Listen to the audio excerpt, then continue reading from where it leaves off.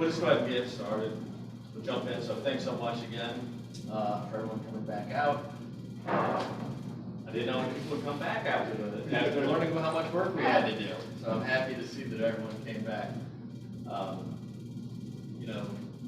Kelly was able to share with us, some of her vision last week when she thought she wasn't going to be here, but that was kind of nice because that gave us all, at least one perspective before we went back and thought about more additionally or presented on what we thought we might want to see Cornelius look like in 2042. So looks like Wayne's done a lot of work here for us for the exercises that we'll bounce into after we have a chance to share what each of our visions are.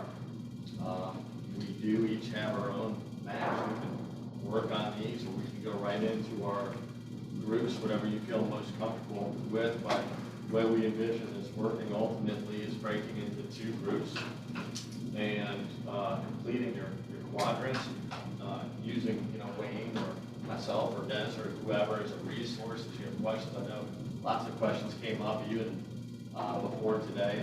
How are things currently designated and what's currently there and things of that nature? All great questions, right? So, in advance, feel free to drive if you have a chance. Drive through those areas to get a real good feel for what is over there and what you might think would fit there. And how does that align with your vision of 2042? And I want to remind you, just because something might be designated a certain way today, doesn't mean it has to necessarily be designated that way on the map for tomorrow. Okay? So if something's already been approved, or a project's already been approved and it's conditional, then yes, they have the right to build that, right? But let's not let that stand in our way of what we want to see here.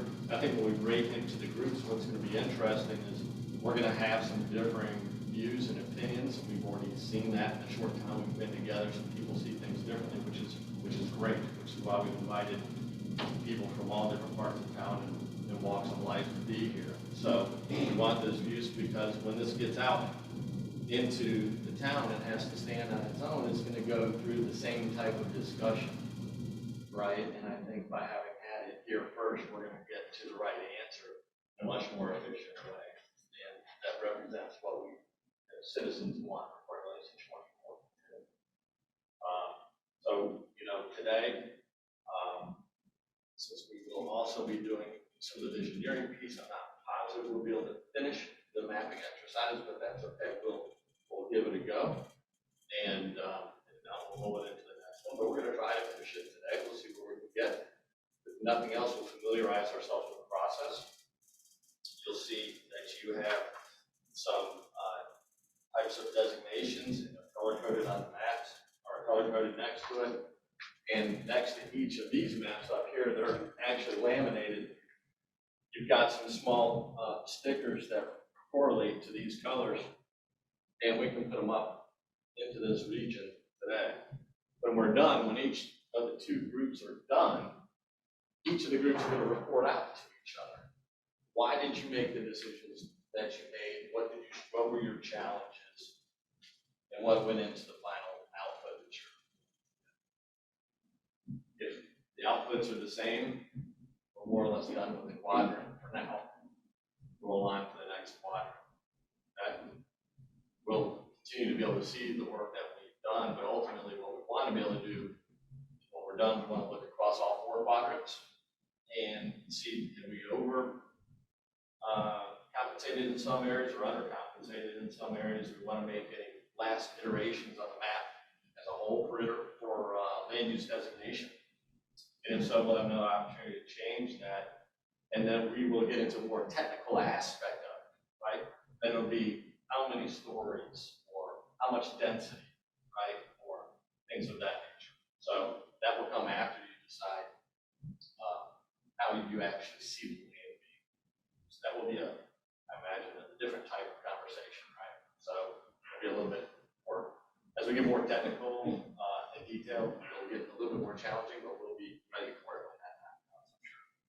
So, any more questions before we jump in today? Wayne, do you have anything? The only thing I'll add to what Mr. Ron got plenty of stickers, but I was mentioning to Richard earlier, got markers too. So if the sticker doesn't do it, you just want to draw something big with the marker, or you want to make a note.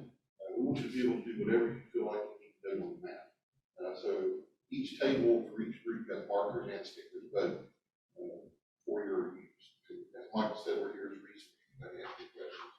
I expect if you're seeing a consistent color, we can come back next time with another category for you prepared with another color as well.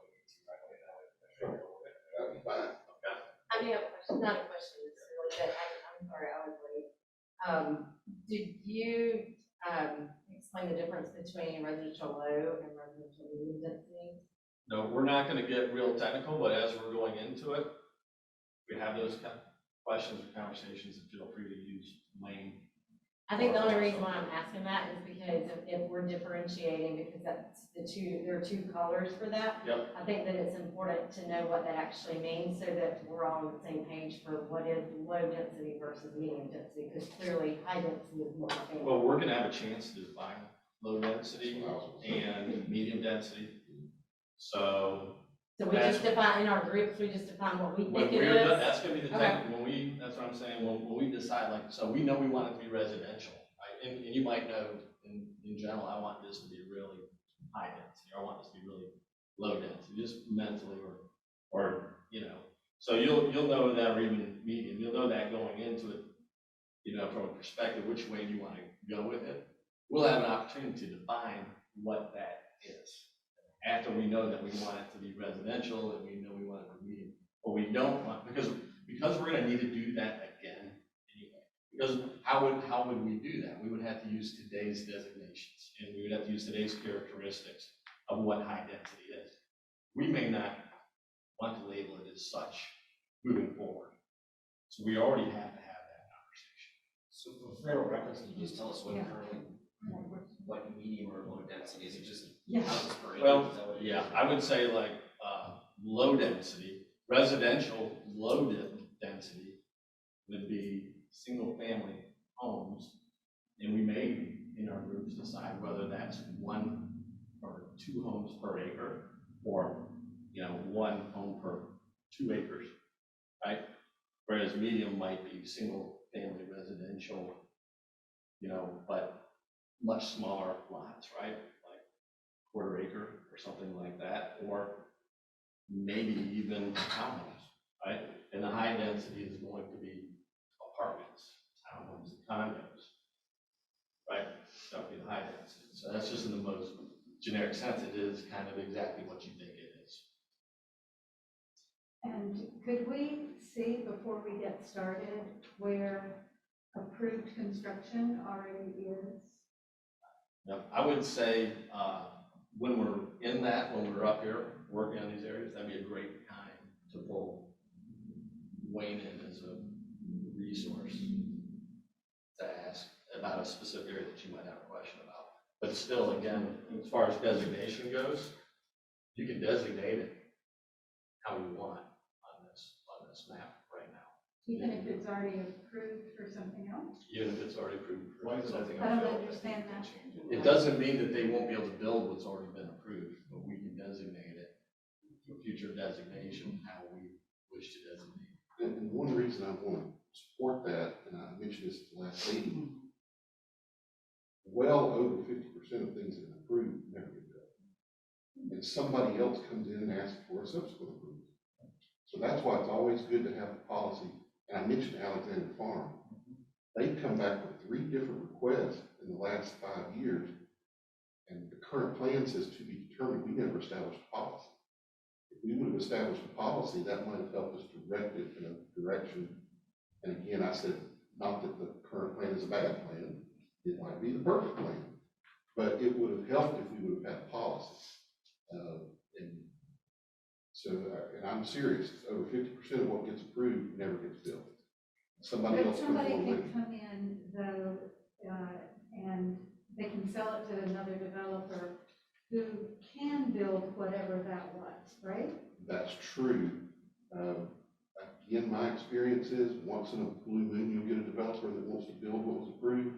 But most developers want their own thing, their own own signature, their own brand, and they would rather go by whatever the new regulation is and develop their own thing. That they all have this ego and pride. Sure. They all want their own thing. And does that mean they'd have to go back through the approval process with the town commissioner? So it's a start, it's a do-over completely? And we do do-overs all the time. Okay. Yeah, and I know that's confusing, but that's why we're really just saying, hey, feel free to familiarize yourself with the area as much as possible. What would be a fit for Cornelius in the long run? What do we really want, right? And that becomes, the policy, right? That's our policy moving forward. And, that's really the way that it's going to work. And then we're going to get technical, at the end, because that's, it's going to matter. Like if we say that and I understand why you have these questions, like, hey, what do I want to do? What do I mean commercial, high intensity, right? So we are going to need some help with that and understanding what we mean by that. I think we'll get more familiar with it. We'll add some more details even as we move forward, so it'll be a little bit easier on some of these. But, Wayne can help answer what that typically will look like, and then we can actually define what that is. But for now, it's what it sounds like. If some of these for the first time, commercial high intensity, Wayne, if you want, maybe give a general overview of each of these right now before we break into groups. But try not to get too hung up on specifics of those, like how many stories or how big or what, exact type of, what's the difference between light manufacturing and warehousing or heavy manufacturing, or when we get to the details, we can really blow that out, how we want to designate that. Michael, what I'm hearing you say that this literally is a blank canvas. And when we describe what we'd like to see there, we can put it in our own terms. Yes. This is what we want to see, and then we can talk about it and get details. That's right. So wouldn't it kind of behoove us to kind of draft up what we think these are prior to getting up there and putting stickers on a paper? And to do that individually, yeah. And then we settle on that? You could do that, but my preference is as we start going through it, like I can see that taking, I can see us never getting off, the blocks with that approach. And I think we will do well to understand first, do we want it to be residential or do we want it to be commercial? Do we want mixed use or do we just want residential? Because you might be having, it might change the way that you think about this and the way you define this after you see it on the map as well. So it's okay if we end up changing it, but I understand why you're asking questions. Have the same, decision, to make the same types of thoughts. I think for now it's really more like how do you want to use the land, right? How do you want it to be a park? Do you want it to be office space? Do you want someone to live there, right? Do you want it to be light industrial? And we can give you a little bit more concept of what those things are, I think, before we jump in. But that's the way I recommend this. Yep, what you got?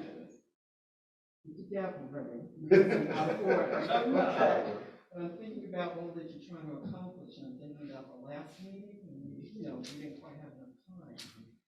My gentle suggestion and reminder is that we have a detailed agenda, and so that we won't go from here to there, that we'll just follow the agenda and hit the spots that you want to hit, so that we can accomplish what you're trying to accomplish. Because we're going for 15 minutes now. Yep. And we haven't started the agenda. I can appreciate that, Oh, for sure. okay. Thank you. And maybe I'll ask you to help me be the timer and the agenda keeper as we move forward. Would that be all right? That would be fine. All right, Sure, we'll do that. We'll do that. Yep. I agree. That'd be great. Thank you. I appreciate that. Thank you. Okay, so any other specific questions or comments or anything? Okay. So what we're gonna do, we're gonna start, we didn't finish from the last time, and going around and sharing what our vision for 2042 was. So why don't we do that now? Okay. And who would like to start with that? Tony's first, will you finish? I'll help us get caught up on time. I'll be brief. What I'm hearing from folks that I talk to is that we're probably looking at medium population. So in that definition that we had,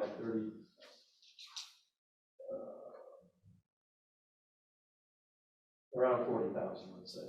We're at 33, 32, so maybe 40,000. And that in this future, when we look back to see why we were successful, I-77 no longer presents a wall or a barrier.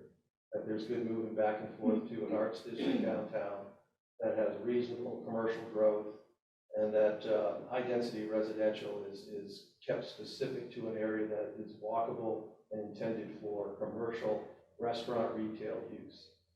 So I think the feel of the town is that it's still medium to small, given what's around us, but that we now have good access back and forth on either side of I-77 with the flyover and some of the changes that are coming, and we have affordable opportunities as well.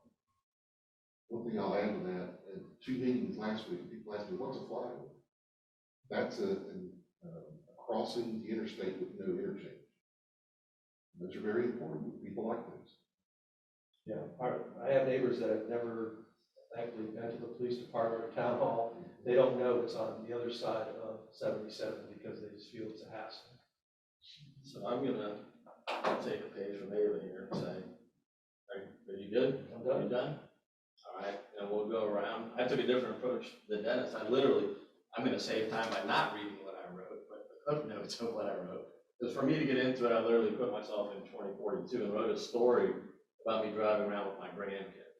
And what I did is I took snippets or highlights that will impact the plan out of that story. And I'll just hit it here. The high notes are residential is extraordinary only. That, you know, what we're looking at in 2042 and where we are now is kind of the icing on the cake, right? We are finishing Cornelius is the way that I see this. So extraordinary only impacts people's lives in a positive way, finishes Cornelius and accentuates our assets, and creates the destination for the residents and neighbors that we want in Cornelius, right? So, and some of this isn't gonna make sense, because I literally pull it right out of here. It's gonna be a little bit out of context, but I'm gonna fly through it. So, grandkids running in the backyard with the dog, just like our girls did in the neighborhood. Splash park on Catawba Avenue. Create convenience near our residential areas while retaining a park-like atmosphere. Old cell tower. Cornelius aggressively cemented its focus towards attracting small business, ingenuity, and investment. The decision to focus on and create the environment to attract the people that fill growth jobs of the future, like system developers, scientists, business strategists, medical and personnel services, was key.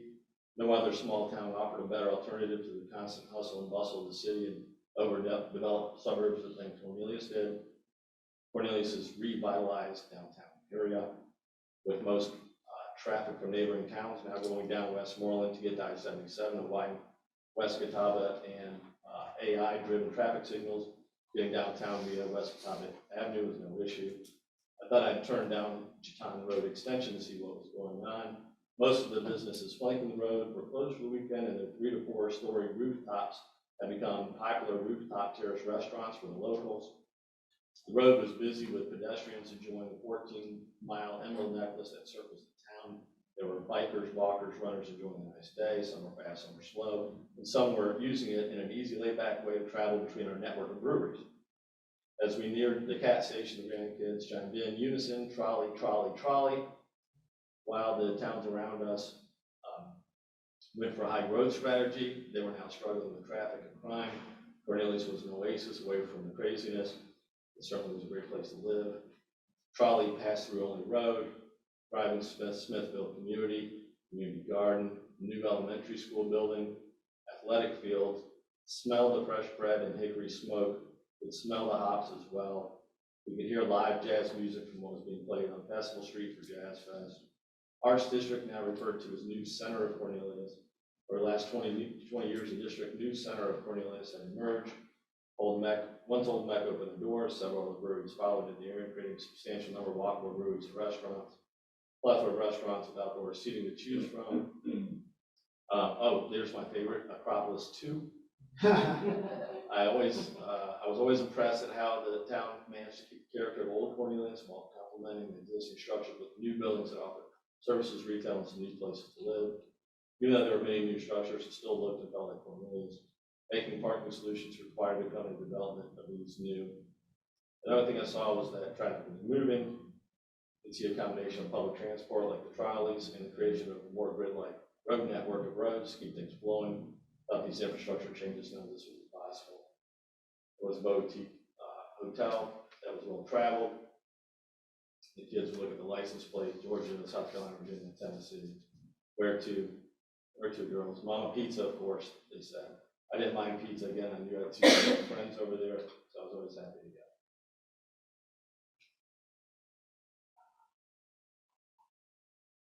go. Okay, so I'm with Dennis. I'm gonna read from the hip here. I'm a low to moderate growth, so I can see the 40,000 because I realize that we're not gonna stop growth and I don't want to stop growth. But I look at our growth as coming more internally, meaning more families having more children and things along those lines. I want to see us with an arts district downtown. I think that brings a lot of benefit to us. And one of my prime concerns is the walkable area where we can walk along without worrying about crossing streets. The same thing goes for the trolley/train. Grew up in a town with a lot of trains, and if we don't build proper overpasses or underpasses for those, you get a lot of accidents that come from that, which just exacerbates the already existing infrastructure problems we have. I see us with a lot less fast food places, so a lot less just people coming off the highway to grab a piece of food and go. Same with the gas stations. We need enough here for us, but I don't see us with being a predominance of any one type of industry products, but a good cross section. So where our high density places are, we have good hop-in, walkable, work-life balance type ideas. I do have some concerns about some of our roadways. Hoping that our DOT comes up to speed on that, but based on the last 20 years of seeing what they've done, I have less faith in that, but we'll keep the hope going. I do see us growing that way, so therefore we will need those services to continue to support. I like keeping us as a small town feel. I think that's what our niche is. We're not going to be like our neighbors where we're completely rural or we're completely high density. We need to maintain that feel. And that's from my perspective. Thank you. So I actually, born and raised in this area, in a very rural area. And then thought that was way too small and went to a very metropolis area of Charlotte, which most people who come here and think that it's still a small town. I personally thought Charlotte was too big.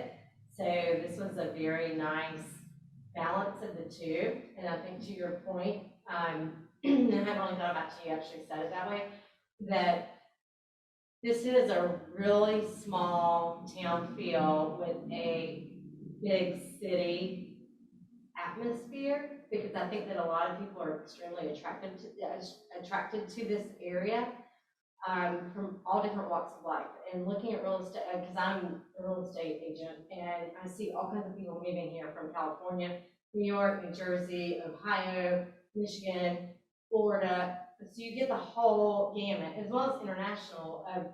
People love this area. They love it for a lot of different reasons.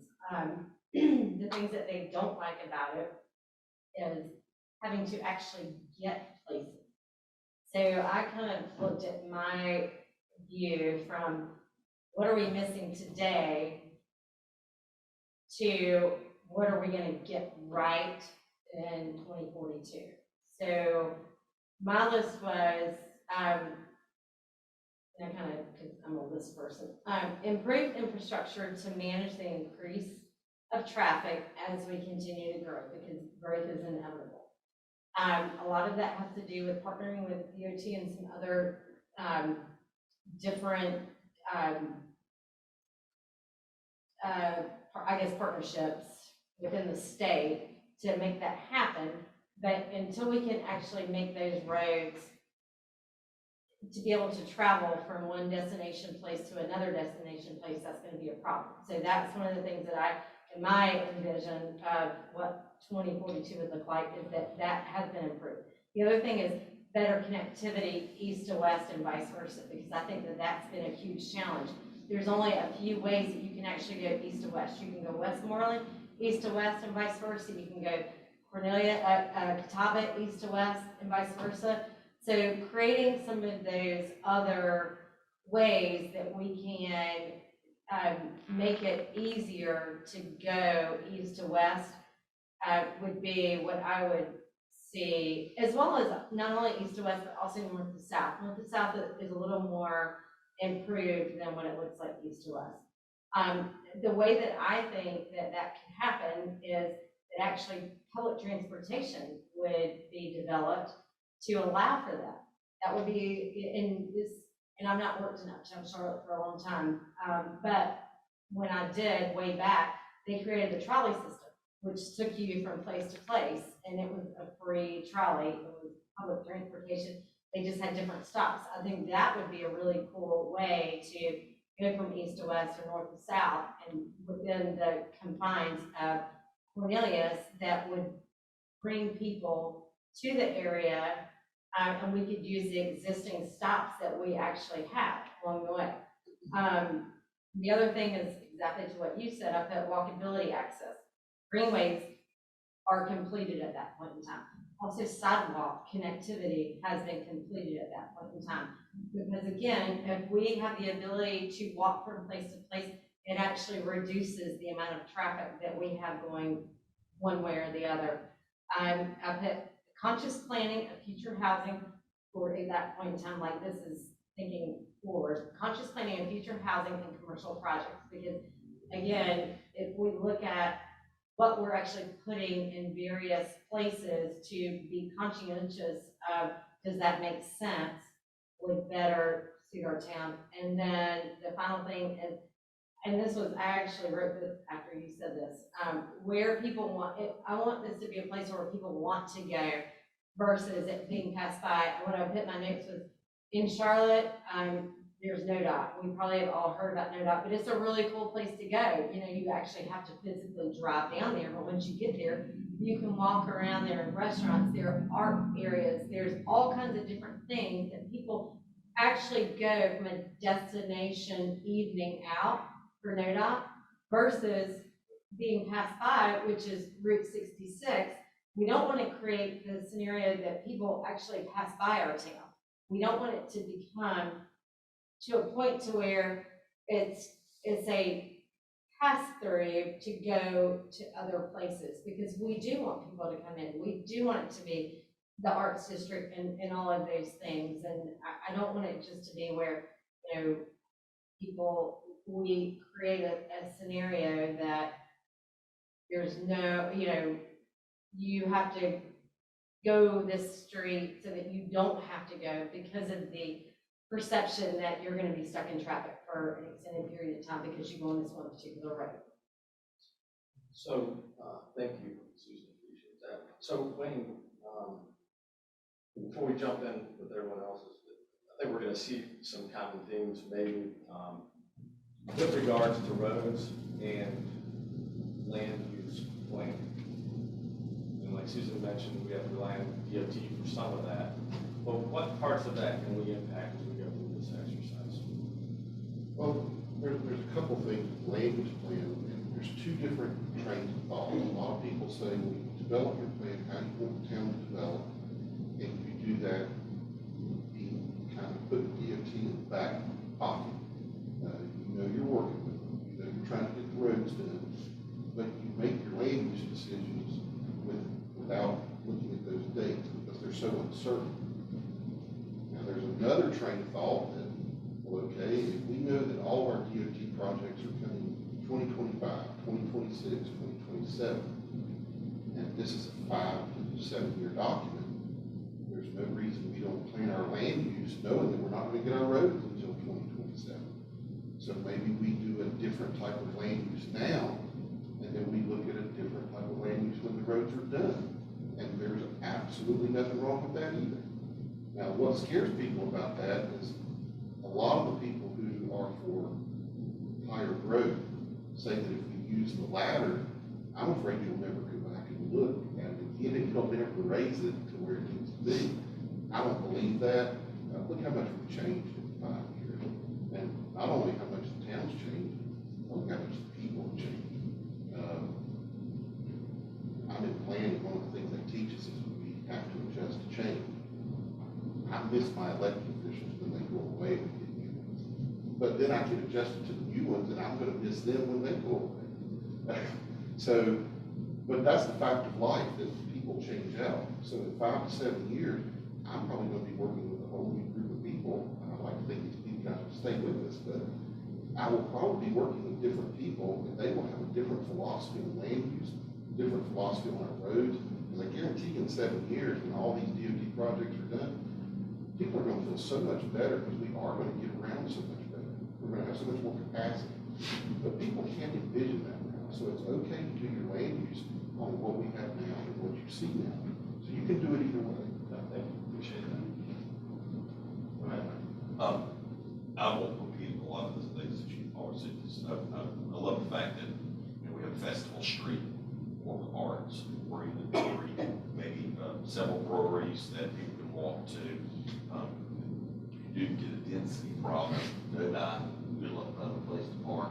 I'll never go because I just, unless I'm riding a bicycle. But so I was kind of thinking a little bit more than 30,000 feet. We all want a small town feel, but how do we have an identity? How do we get an identity that we are something special? A couple of things I was thinking about is, I'm in rural preservation. There's still some land out there. And it's the last place that we have land. So what about if we ever did something like a school, like maybe a small university, a cooking school, or an arts that can tie into the Kane Center? So we have education here where students can stay here, parents can participate in higher education, something like that.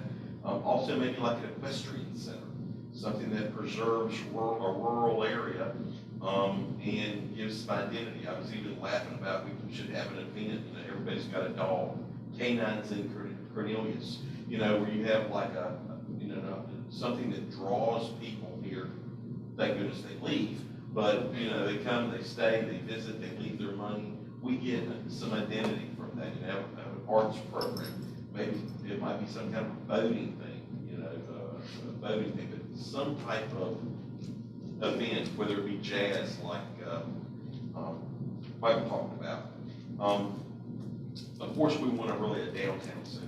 That's the best part, is that we really have the opportunity to have the connectivity between here and next door. Maybe we can do something more along those lines.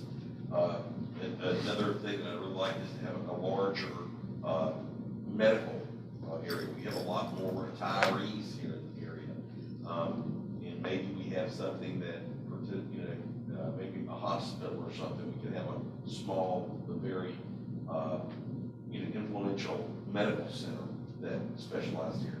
And heck, I've been hearing about mass transit trains since 1999.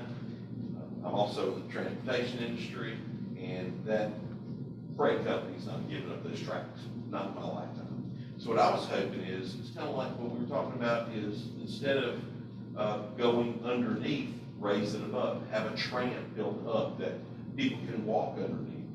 It's safer when it stops.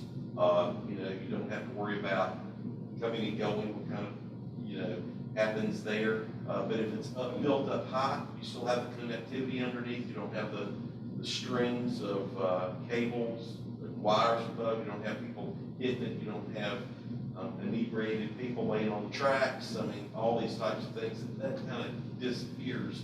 And then you don't have to worry about the tracks that you're having to share space with. Putting something up above. So anyway, those are kind of the things that I kind of wanted to talk about that were outside of your key things, that we want to stay a small town, not overpopulated with high density. That's a key we're talking about. Thank you, Mark. Appreciate that. I'm gonna scrap mine, just because a lot of it's already been said, and it's just jokes about gas stations in Germany versus. To me, what you just said, I moved here because it's a small town, I wanna live in a small town. If it has a little bit medium feel, that's fine, like, small and medium towns where I wanna live. Small and medium towns don't have universities, they don't have hospital complexes, they don't have, if you're gonna live in a small town, there are things that you're not gonna get, and I think that there's been little attention paid to that for the last 20 years. My parents moved into Kingscourt in 1999, and I used to be able to walk down Catawba at 2 o'clock in the morning from what was then Midtown. There were no cars. So now it takes me an hour and a half to drive my kids to practice, and they're on 2 sides of the town. So if you want to live in a small town, I think it should be developed as a small town. If you want to live in a bigger town like Noda, Noda gives me, I call Charlotte the ditch. I lived there for 15 years. Like, if I wanted to go to high density entertainment and be able to walk around for 4 hours and drink, I'm going to go to someplace else. I don't need to do it in the nice little collar town that I moved to raise my family. So that's what I want to do.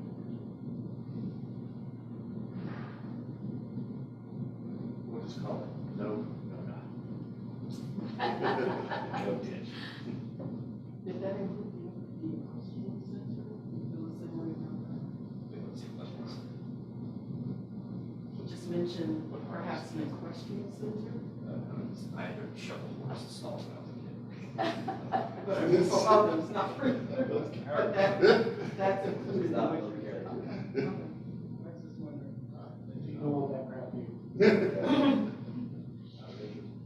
Well, I'm kind of like Michael in that I'm going to be the old man shaking my fist at traffic in 20 years. But as I saw it, I want to see us grow, but responsibly, obviously.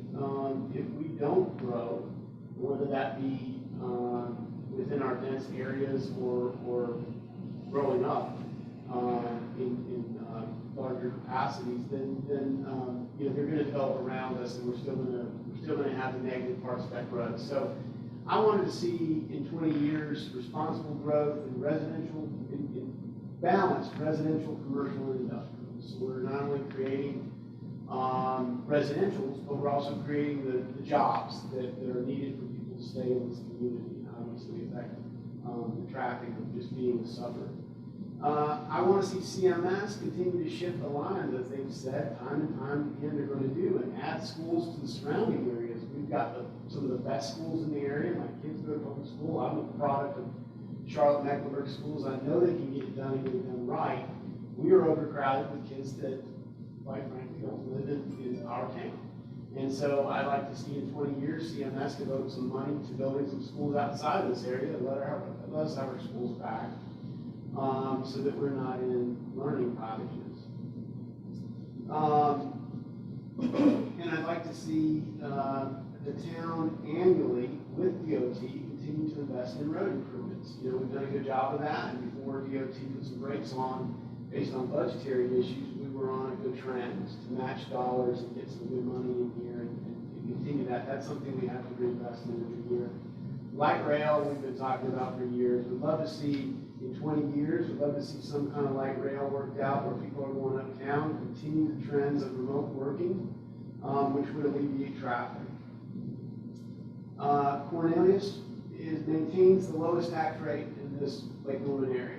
We'd love to see that. North Mecklenburg towns collaborate when it comes to fire and police, emergency services.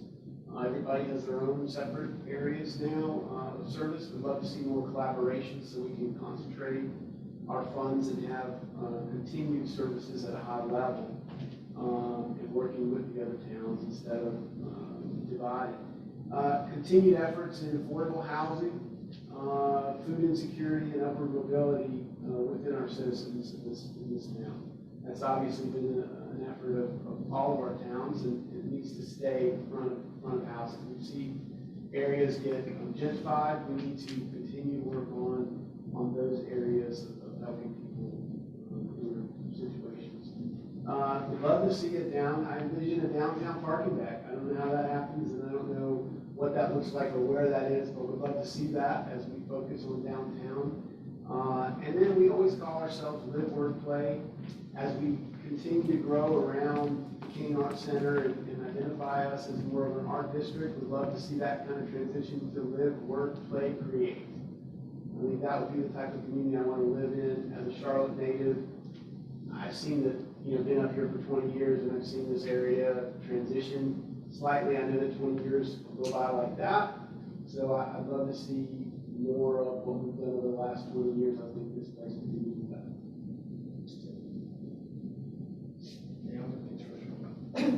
I did my original essay because I based it on the input that I got from interviews, email, and social media. So I tried to include everything except for one important one, affordable housing, which I want to talk about at the end. So thank God I'm still alive and living in lovely Cornelius, North Carolina.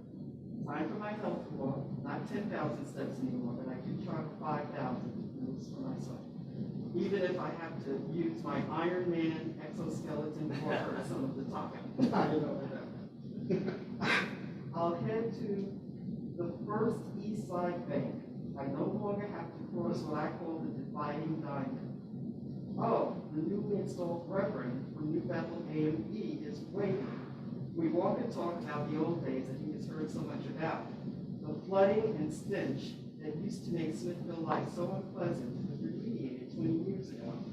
And yes, Reverend, there were no traffic lights so that Smithville neighbors could enter Catawba Avenue safely. He responded, still surprised. All I do is pull up to the sensor, and within seconds, the light changes in my favor, and I'm off to visit the sick and shut-in. He noticed that I was fading a little and suggested we stop at the diner on Smithville Circle for refreshment. We sipped sparkling water, and I said, would you believe that this used to be an eyesore with an unkept garage and vacant lot? No, he exclaimed. This is the spot now. Everyone comes here after the 11 o'clock service. The beautiful flowering trees in front of each property are stunning. The town did a wonderful job landscaping public and private property along Catawba. We continued walking east and passed by the many boutiques and specialty shops featuring large plate glass windows and doors opening right at the sidewalk. Our town was inspired by Davidson's Main Street. We're almost at Town Hall. The new magistrate has an office there. The parking lot on the corner has 4 levels. The entrance is on the back side, and the concrete surrounding the levels is so artistically decorated that many new to town mistake it for the King Center. Well, banking is done. I'm heading home for an afternoon nap. I think I'll stop by the diner for a slice of coconut cake on the way. Okay, so that's the input that I got. But major input I got was for affordable housing. I need to speak my mind about this. This is due to my own life experience and my experience as a real estate agent and a broker in charge. Labeling something is very dangerous, especially when it has to do with disadvantaged folks. We lived in New York. I was born in Brooklyn. And my father was a Purple Heart World War II veteran. They built the projects before I was born, and it was largely segregated. It was all vets, but someone helped my father, our family, before I was born to get in. All right, so we lived there, it was great. It was a project, it was great. Schools were great. Everything was great. We had supermarket, we had vegetable stand, butcher, everything. I remember this. Walking with my mother, everyone had one car. There wasn't rich people. You had one car, and if you had to take your husband to the station, then you drove back and you had the car, that kind of thing. So then in the early 60s, in this part I do remember, Levittown opened up. And only white vets were allowed to purchase a home in Levittown. And so people left. I mean, people were flooding out to Levittown. And it left a lot of vacancies. And so what they did was they decided, okay, people who were historically disadvantaged, people who did not have an education, were in destitute poverty, living in ghettos, really bad places, we'll put them in the projects. And we will no longer do good maintenance and, you know, do all the things that we used to do. So that's what happened, and it was terrible. Then it became the projects as we know them. Now, if you say projects, people don't want to live near there. They don't want their homes near there. And I mean, in Brooklyn, we had brownstones all around the project. People loved it. We all knew one another. Also, the school, PS32, it was a great school. When all the white vets left and they put in people that, you know, broken families and people that just really needed special resources, the teachers started leaving. Like my favorite teachers, you know, I graduated from elementary and my favorite teachers were telling me, you know, that they think you're gonna go, and I mean, it just started changing because the pupils started changing. You know, when I was in school, it was handkerchief on the blouse and hands folded, and, you know, God forbid someone tell your parents that you misbehaved, but, you know, that wasn't the case when everybody left. So my father tried to purchase a brownstone. At that time, banks could treat people differently. His money was stolen. He wasn't allowed to move to Levittown. And thank God for an attorney, Mo Zucker, helped him get a home in Queens. And what the real estate agents did was they went around telling people that we were moving in and other people were moving in, and so there was flight. Okay, so Queens was better than what we were leaving. I say all this to say, if you label something affordable housing, although steering is illegal for real estate agents, agents will say, this is a nice neighborhood, or it's not a nice neighborhood. Those are the terms now, all right? If you tell people affordable housing and just label it, people won't want their homes near it, they'll sell their homes. I'm a real estate agent, we'd be able to walk in and say, look, people are moving, and then people want to sell their home. I'm in favor of subsidies. If you want to help people live in a good neighborhood, if you want their children to live, work, and play with other children, give them a subsidy. Find out how much they need. Give them a subsidy to live in those apartments over there, or to purchase a home over there. But a high concentration, affordable housing, that's the new term, is going to hurt our town. That's my personal belief. Now, that is not the belief, that's the term that most people use that have contacted me. They use the term affordable housing. I tell you, from professional and life experience, that is a problem.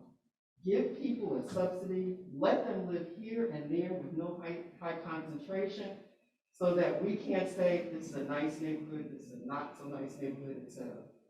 Okay, so that wasn't the input from my people. I just want to make that clear. But that's my life experience and my professional experience. So I'll add that to my little story. Can I ask a quick question, please, we're talking about this? What do you define affordable housing? How do you define it? Okay, it's defined in some different ways. Sometimes it's 80% of the median income. Sometimes it's lower. I have a girlfriend that does affordable housing for Bank of America. It's much lower. So I live in Bailey Springs, and they did affordable housing. They made the developer do affordable housing, and they were starting at $250,000. For a lot of people. And now that was 3 years ago, when the average price was not that much higher. And so I didn't think that was very affordable. No. But it is in our community. But So that's a good one- example. I'm sorry, guys, one thing that we're, you know, it's all right, I guess, in here, if we want to talk about, and then, you know, do we want density or do we not want density, right? But one thing we need to try to keep in mind from a scope perspective is we're not going to impact policy with regards to affordable housing or anything else in these meetings. So if you have an area, you know, and you're in favor of high density with the intention of being affordable housing, put it there, or if you're not, and you don't want high density, to be labeled as affordable housing, then they'll put it there. That's not what I'm talking about. It's okay, I'm just saying, however, what your thoughts are, impacts the land use plan is what I want to try to keep us focused on, as opposed to town policy on affordable housing, if that's okay. Okay, I guess I didn't make my point clear, but that's okay. No, I think you did, but we're starting to have discussions about what is the cost, what is affordable housing, so on and so forth. I'm just asking us not to label anything on these maps Oh. as affordable housing, Yeah. instead use subsidies. That's Okay. really what I'm asking. Perfect. Yeah, we won't be. We won't be. That's outside of the scope. We will not be labeling anything affordable housing. It's just what kind There's a of. large group of people who would like to do that. Well, we're not going to. So Okay. unless you guys, S9 say that we want to, we're not gonna carve out, we're not here to affect policy about affordable housing. We're here to just draw up on the map, what do we want in this area? We're just gonna label it housing. Who determines Low what density. the density, how it's Right. bad. Low density, Okay, high one density. reverend told me he's building affordable housing for months. Okay, he told me that. Okay? A lot of people gave input, and I want to represent the people who gave me input. And that is what they're asking us to do. Perfect. So that's input from the community. That's cool.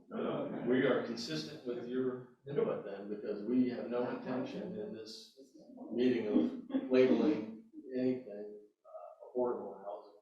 But I appreciate it, and I agree with you on the labels, by the way, completely. Even when we talk about,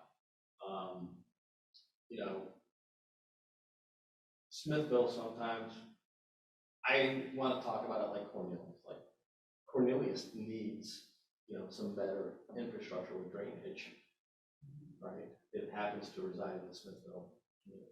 It doesn't happen to, that was done on purpose. Right. So, it's all of our community, it's all of our neighbors, it's all of our backyard. So You realize they were part of Cornelius for many, many years. I Okay. think With that, getting more citizen input, I think is really important. I don't know how you guys are experiencing getting citizen input, but I'm not getting as much.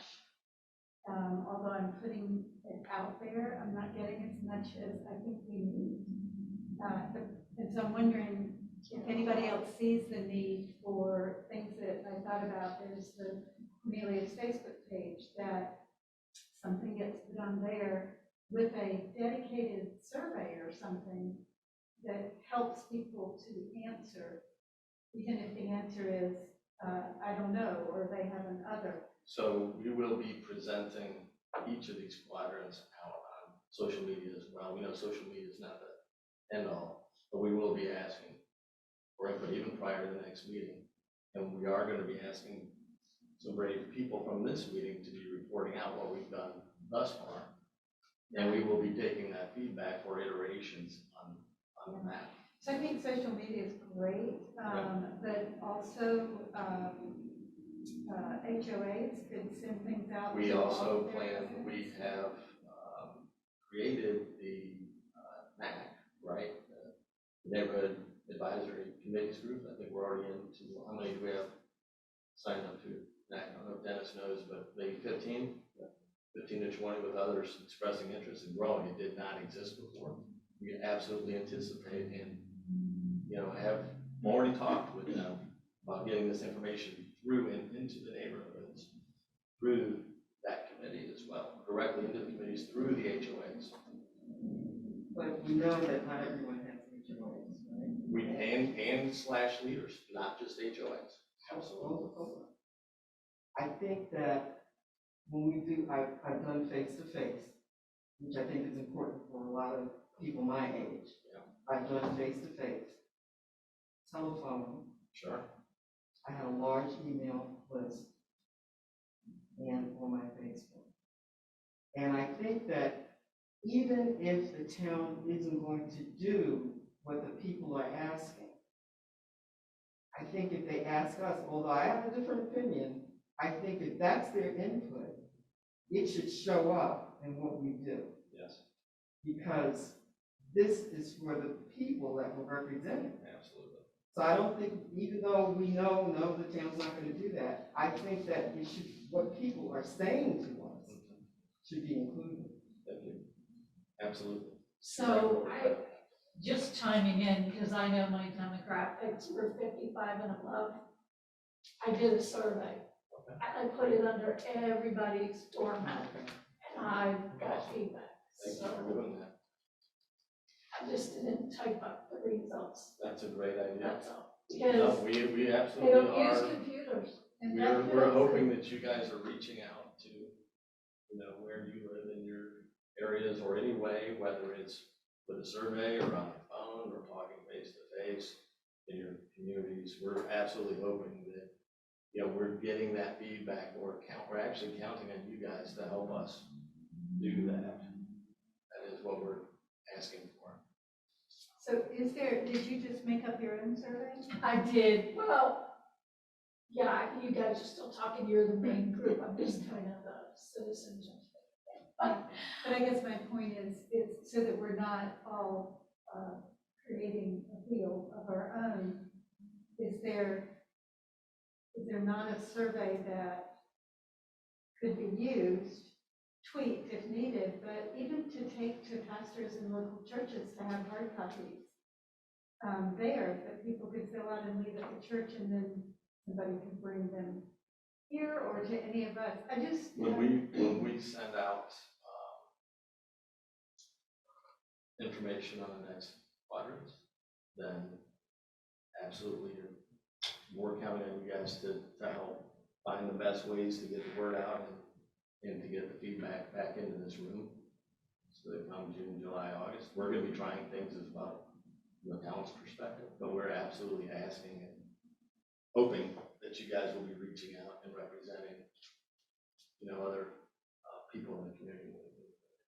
One thing I'll add to what Commissioner Osborne was saying, we met with a group called Spark 360.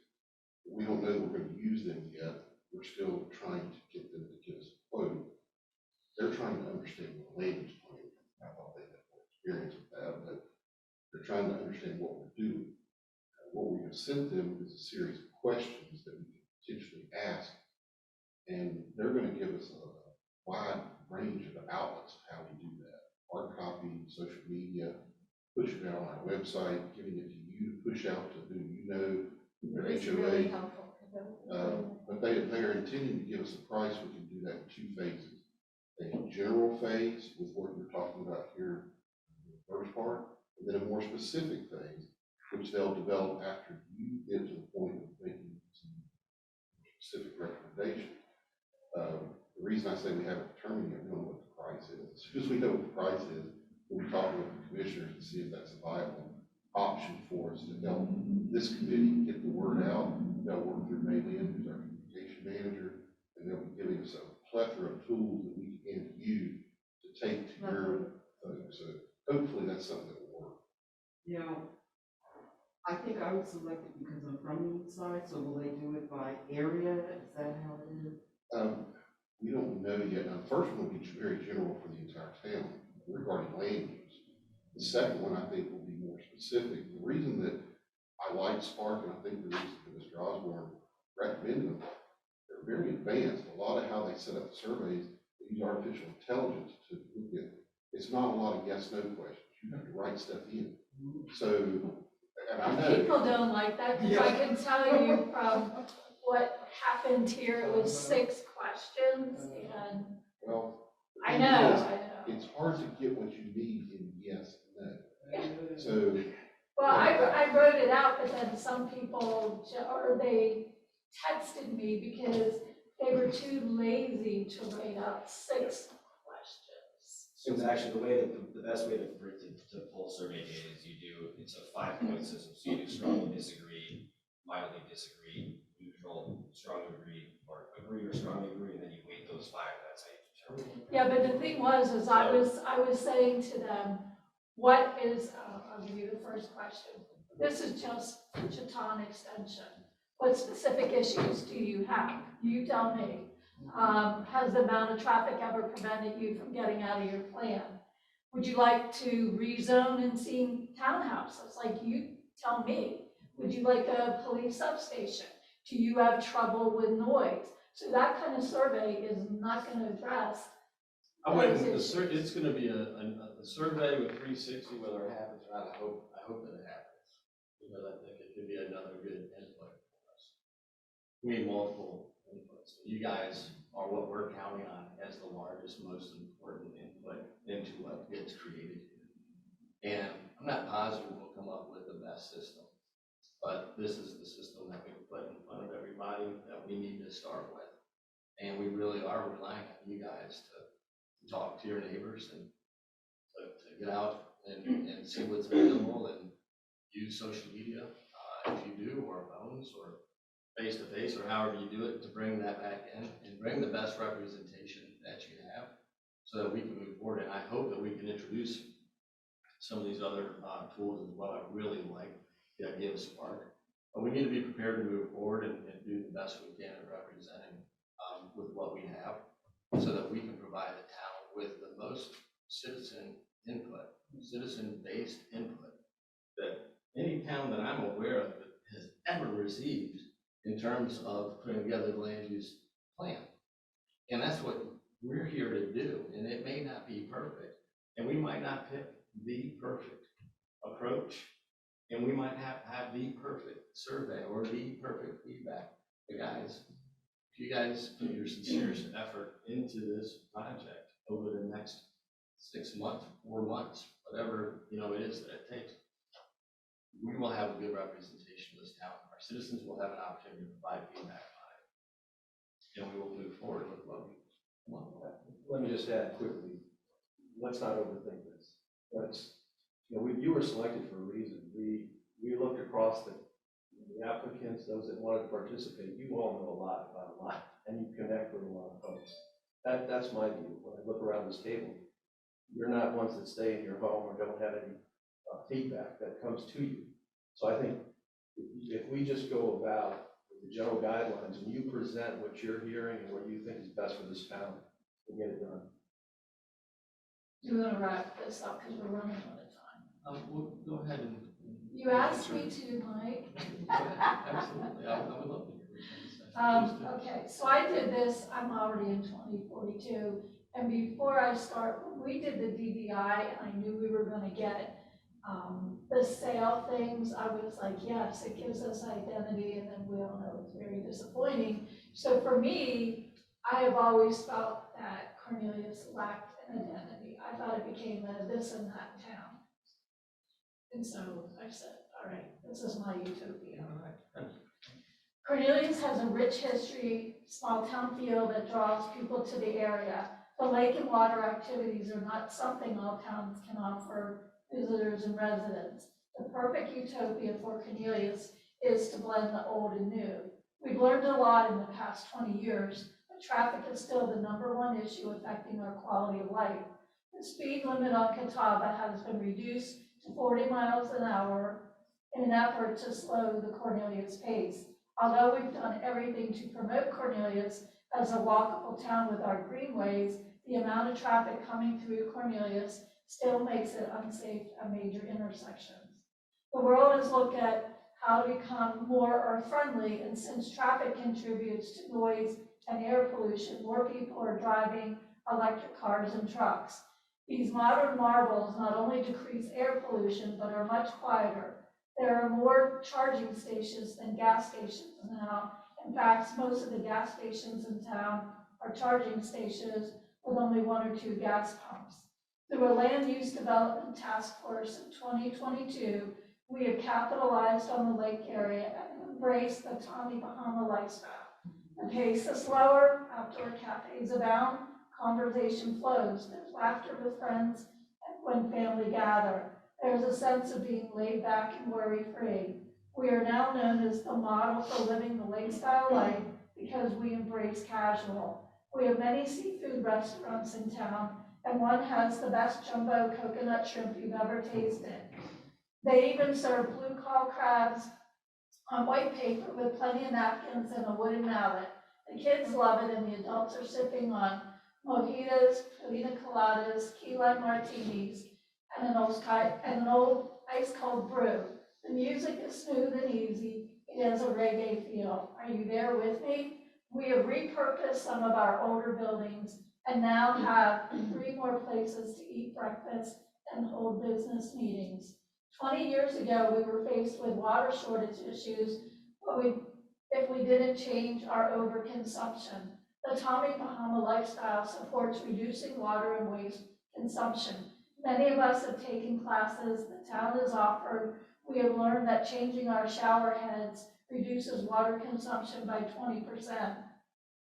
And then I went to Parks and Greenways. Still one of Cornelius' most sellable concepts is the number of parks and greenways we've built throughout the years. We have added additional beautification in these areas, so a run or stroll engages the senses. We've included more places to rest. Some even have mindful areas to meditate or do outdoor yoga.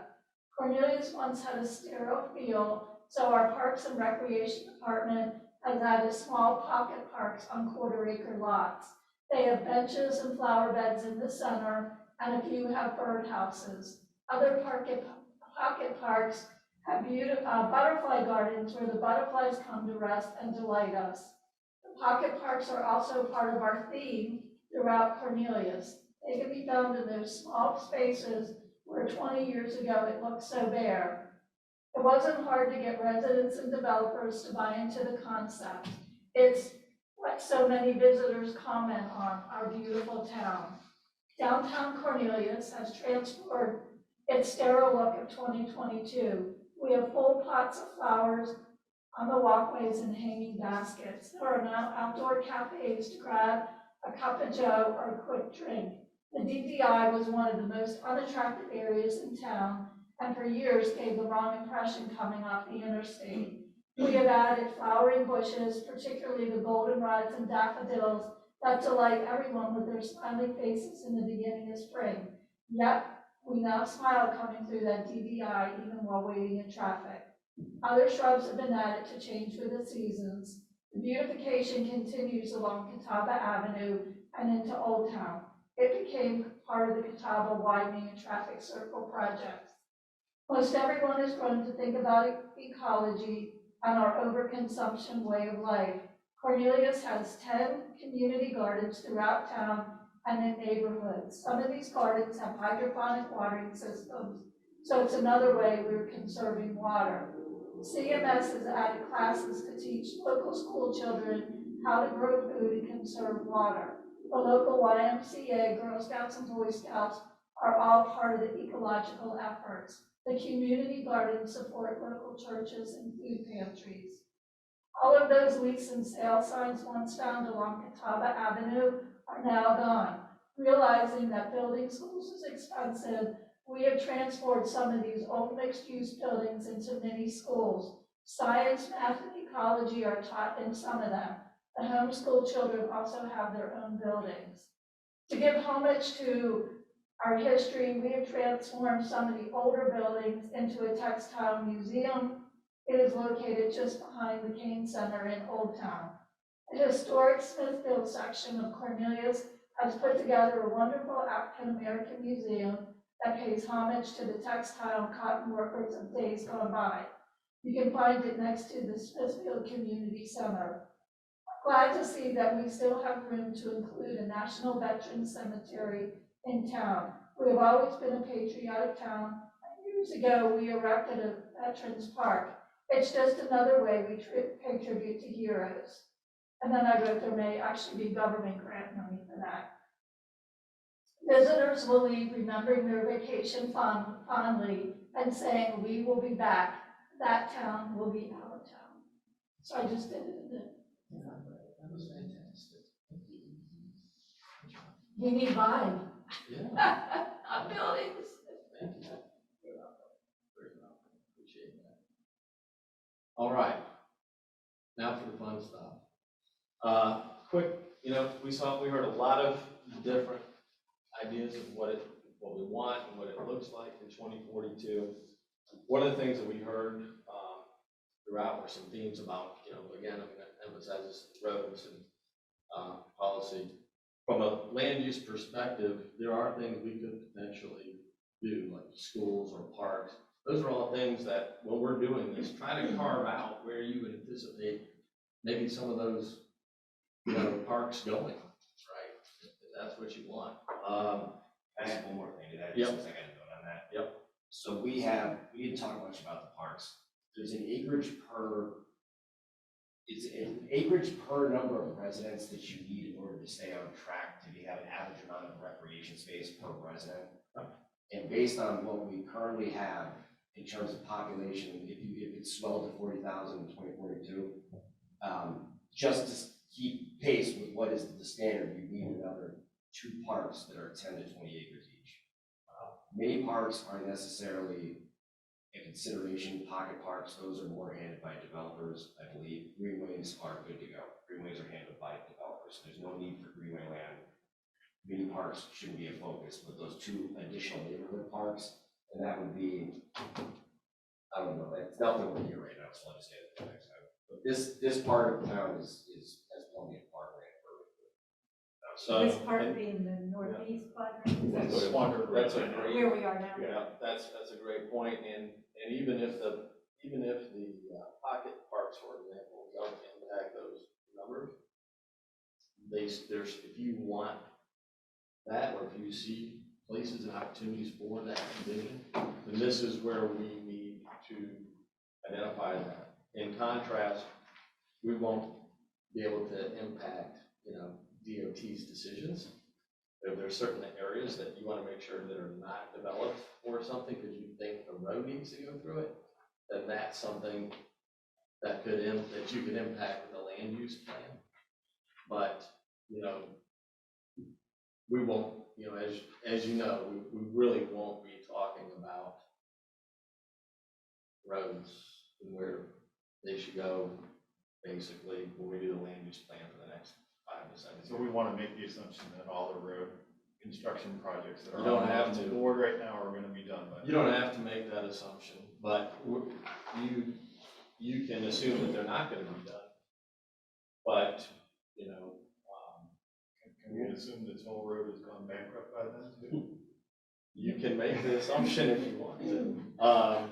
So, take into consideration, try to be realistic about what you expect to see in terms of roads for the next 5 to 7 years. And make the best land use plan based on what you believe is gonna happen. And if you have questions about the roads, again, we can ask Wayne, or we can try to pull in additional resources about the likelihood of those things happening. But again, none of us have a crystal ball. No, I can't promise you anything. DOT's not gonna come in here and promise you anything. Just, if you wanna know what's slated for the roads, and what the impact of those roads are, we can answer those questions and, make the best land use plan we can with the information that we have. It is incomplete information, guys. It really is, right? We have to put together a land use plan with incomplete information. We won't have everyone's answers. We won't have everything from the DOT. We don't know a lot about a lot. We have to do the best we can with the information that's available to us. And that's, more than what we usually have. The fact that it's 9 Cornelius representatives that were specifically picked, to be here for many reasons, that gives us a very big edge on providing the right land use plan for this town. So, with that being said, I think what we should do, since we don't have a whole lot of time, let's just go ahead. Let's go ahead and we're gonna get into our teams. We're just gonna alternate, all right? So Dennis, Kelly, Patrice, Ava, and so on, all right? To the other side of the rooms, get to meet your neighbors. Let's look at the sheets that we have in front of us and what we're gonna be doing for this next exercise. Does that make sense? So Dennis over here, this map. Every other person. We've got 2 maps. Dennis, you're gonna be over here. Kelly, you're gonna be at that map over there. Patrice, you're over here. You're over here. Richard. John. You'll cut it off. So I did this one. All the colored dots and pins are on the tables near your map, and feel free to put dots and draw and say whatever comment you like. So there is, I that's not on that. On that side, and this is, I don't even, this is Showing something, up to them. apartment. Yep. I have a quick question, though. Where in this area? Yeah, there's a need for a neighborhood development. Actually, the only greenways we have So, in this area is Tom extension. I'll be over there talking to you. Second, We only have 3 table lots. The one, Well, the it's- one more Alright, is supposed to be. Yeah, so I think that those are. I think that There's quad one. Yeah, that's not. We're sure, yeah. Okay, so Magnolia is. So, let's say- No, you guys just went over here. You I did. did, because I was Well, trying you went to. up, you went to the restroom. Yeah, he'll work back. Yeah, and I'll jump in on this side, because we don't need both of them on this side, right? So we should have. Yeah, he would. Oh. Where's Dennis's house? John, good resource. Yeah. I did. Cell phone tower. Don't they Yes, but in my size village there, I Chester Parkway have, calls for. the map we met with the town Neighborhood yesterday, park. with our HOA. Some of those lots are actually subdivided, and one of the issues we're having is we have some bars and a brewery. We can't come as a police for noise, and so we've had to, because of view and carry, our walls are violating, we don't need them. This is more. the county's, which, this is the county's road. Old World Brewery, we have Tropicana, we have Big Al, Lost World, Yeah, yeah. Lost World. We have Big Al's, we have Jack's, we have Tropicana. I mean, we have 7 bars and breweries, so we are fighting noise. We don't need to more, and we're actually getting to the point where we're gonna send them a letter and get it into. So, no more bars and breweries. Well, no, we do that, we have a map. Right, so maybe just high level, let's start. All those leaders in Peninsula. Well, I And we know there's a golf still course here. within proximity, and the Don't waste our neighbors time, all say, use. you want to change the neighborhood parks. What else is left to do over there? Unless they plan on closing golf courses, there's no more real buildable land out there. That's right. That's all what we would call. Smithfield, that's what you would go out towards the dance, Great Park, so it's, Well, there's the 2 parks, you got that, and you got that, but we need those. No, I'm saying, It's not so just we walk, blocks. it's not private land. Like our 2 destinations. And then where is that Junker building? Well, that's why I guess I'm saying this as well, so many people from the peninsula, That's right. all the people from this area, they all walk to this, say, Around that college time block. Let's see if we can or in. Okay, yeah, that could be that. On those days. That's very good. The thing is, what's in But a lot of people do go to town. That Yeah. actually, That's where I think Yeah. camp out. Yeah. Homeless people that. Oh, So really? Across the street. Again, what you're talking about. Yeah, that's where those. There's an area here that So, are slate. so there's our destination So park, we still have one. neighborhood parks there. Pocket parks, I think there's more of a desire to try. Pocket So I guess. Well, there's my a park question- across the street. But and it is used. So if the focus that everybody good to try to get a good five destination park, if this remains as base residential, if this is just the existing. Overall, just to have that one little section. Desire to put it in neighborhood park or something, right? Not saying I want to, I prefer keeping it green. Right, it was scary. That's one of I don't know. Yeah, outside. It may be town here. All right, we would also have to see the side. Which section is this? One of the things is John, right here, the one little park right around the park. And then here, the heavenly tree, homeless people camp out there. There is a big question. But my thought is that we're focusing basically on Impact, I think we're talking about, right? So one way you don't growing up. this was to do something.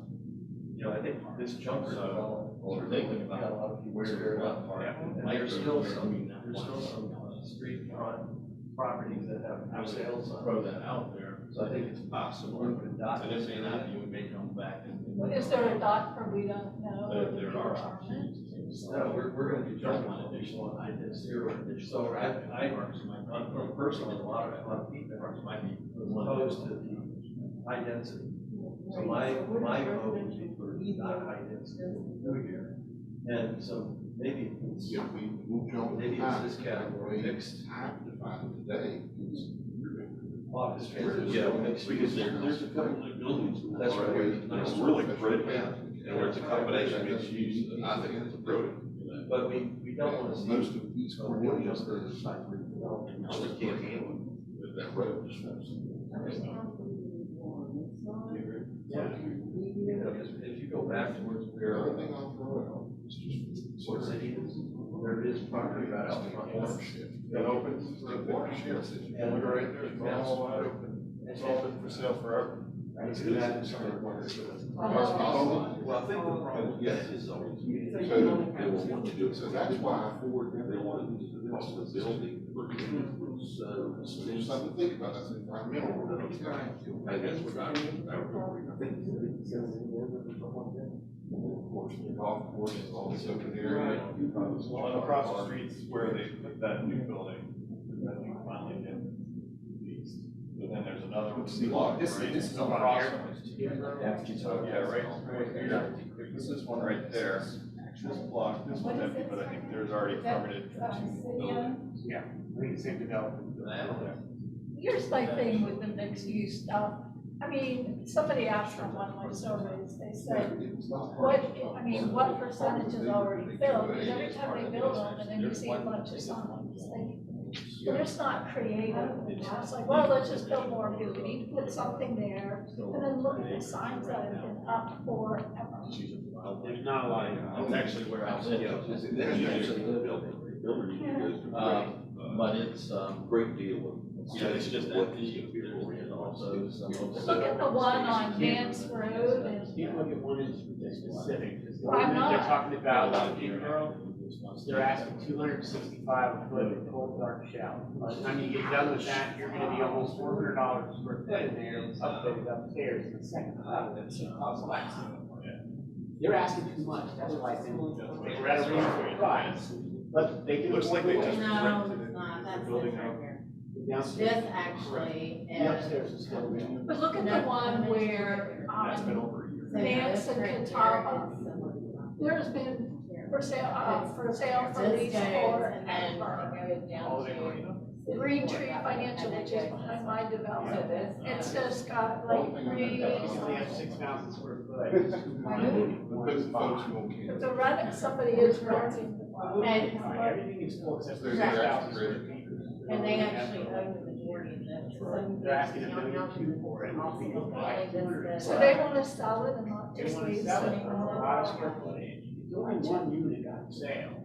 I'll tell you that, but anyway, so it There's comes three, through here. there's so three it'll- different ones actually. Um, I live there, I walk my dog every day. Yeah, Three no, I'm not signs. disputing those. I know there's one that was for sale, maybe, Yeah, I think the.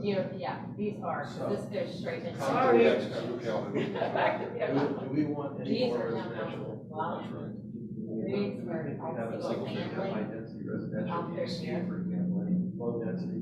all of these are all That's what we single want right family here. right here, Middletown, this side of it, Well, no, that's townhouses. that's been yet to be determined, and that's. It's not built yet, so we Yeah, have no, no, an opportunity, if we're gonna rezone it, now's the time. What's the zoning right now?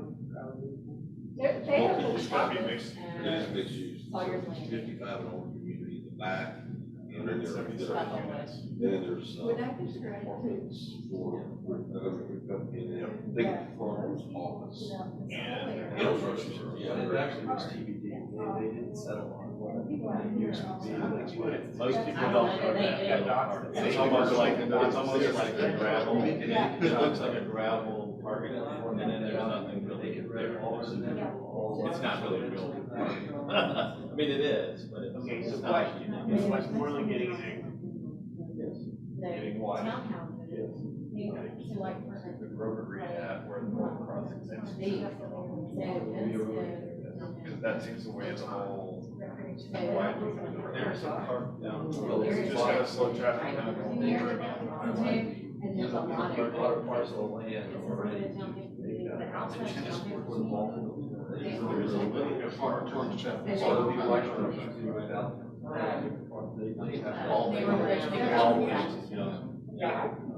will be, So there's a park there. what DOT was saying at the time.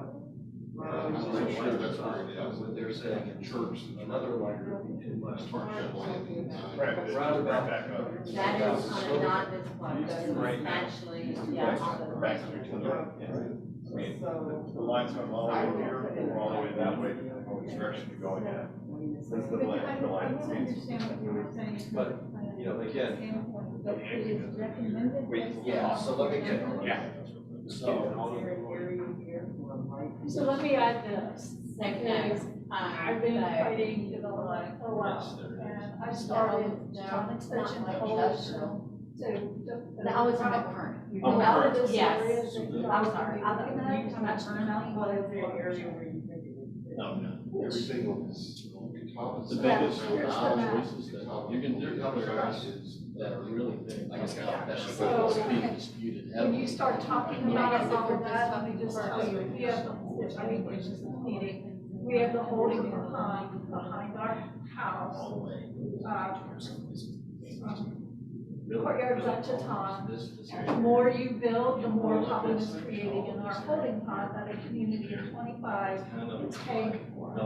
So when you start building and putting in cement, and that water can't go through the ground, it creates a problem, and we gotta keep pumping, and it's more of an issue. So what everybody thinks when you're going down to Tom, and you're looking like, oh, that may be a lot, these are actually the lots, they're like double into the lots.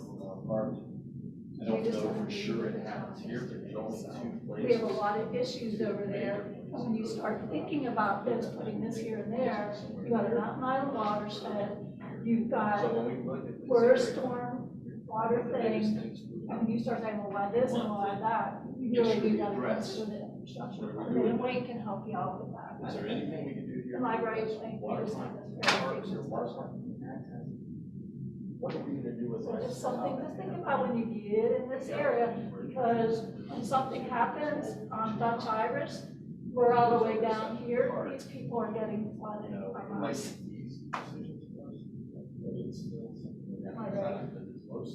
How come we have it? The only thing I'll add, and this is what's so far about this. We talked about it yesterday. Everything Well, out that's there, right, it is. it's already. That's right, that's right, you have a pretty, It's unfortunate that your neighborhood. But that would be has one. The question is, I didn't just put the beach in there, so baseline. well, we are, because we're gonna be paying a lot of damages of pumping and everything else. Well, we might think about you doing business and say that this could be something different. So it's more intent, it's more height. There might Tell you in the be past, times they've in identified this some of these areas around. So it actually. That's what we want. I know that's what you want, but, one's got to trigger the other. Again, this doesn't exist. And that's why I'm just saying. So I was thinking you're going in, it's like Harvard, Willen, Hammond, and Milton Creek, or all, you know, right? We're walking. It's just a number of homes here. So, Based upon just the clearing that I've seen them do, I'm sensitive to it because it backs into my. I'm not gonna say it's not. So in fact, the way the law is now, you have to release the water at the same rate. No, the hotel was down for, So whatever they're putting into it.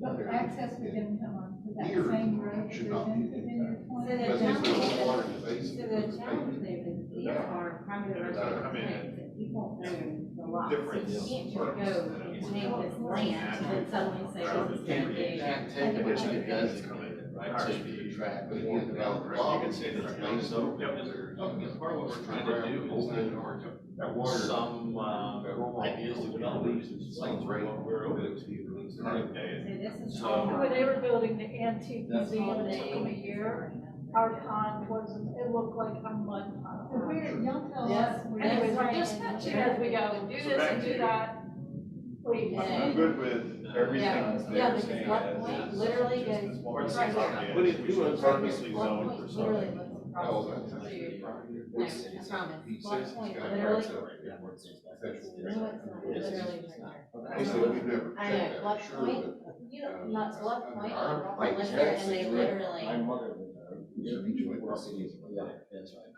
But it's just, that's an non-built spot right now, that's non-labeled a park. That's right. So eventually, it could change, so we should take advantage of, But at least labeling it. Is it legally? we have to. So then I've never checked on It that, is so. legal, they will not be developed, as you said. Thinking And I hear this from a lot of developers. Things can change anytime you like, right? People. But my guess is I'm 95% sure it will not change. Fortunately, 5% happens a lot. I get what's Right. I'd just rather err on the side of, Yeah. let's put a label on it. I mean, it's good to talk about, not just because we see it open, I just want you to know we have a lot of issues. And then when Mike had his vision about, oh, I see us walking to bars and breweries, we're having a real problem with noise. It's getting chunky, and we're calling police, houses are vibrating. I appreciate that. And I don't know that that's the right place. I'm just gonna make sure, you know, Inside basically, this red area. We're gonna come, we're gonna do this. We'll come back and focus on this ordinance. I wanted you guys just to feel what we're gonna do next week. Residents won't entertain them, won't restaurant.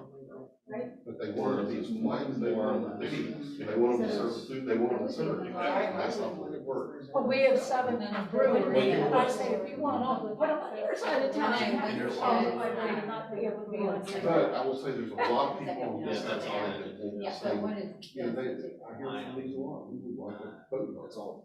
That's And I'm like, well, It's it's like like, you two. yes, they do that. So there's a lot of So desire, it's and I behind understand the watermark. concern and the noise, and it's just something. So where's These are all what is over here? And These you are just all. say, Yes. when you get here. All right, guys, did you guys get a feel? Did you guys get a feel over here for the exercise? We didn't get What's that? far. No, that's okay. You said get a feel for what we're now asking to do for this. So one of the things that I tasked the other group with, is I said, I've heard people say that they want more waterfront access. They're concerned about what happens at the Tom Road extension because it's coming in the next 4 to 5 years. And one of the biggest challenges is what's gonna happen on West Catawba Avenue. And that's where we're gonna have a really big chance. Those are really 3 big hot topics. We think about that for next week. We don't have Or to. 2 weeks. For the next meeting, right? All right, guys. Yeah, that's where so. Is the farmer's market thing going on right now? It starts at 6:30. 6:30? I can do it at 6:30, so anybody here can come. All right. Is that when you're giving your speech? I'm doing my transportation speech. Are you going first? Well, I just texted Andrew and told him. Thank you guys. Today, I'm gonna give you a chance to. The mayor just made sure that we did earlier, agree with the history thing. I hope you guys.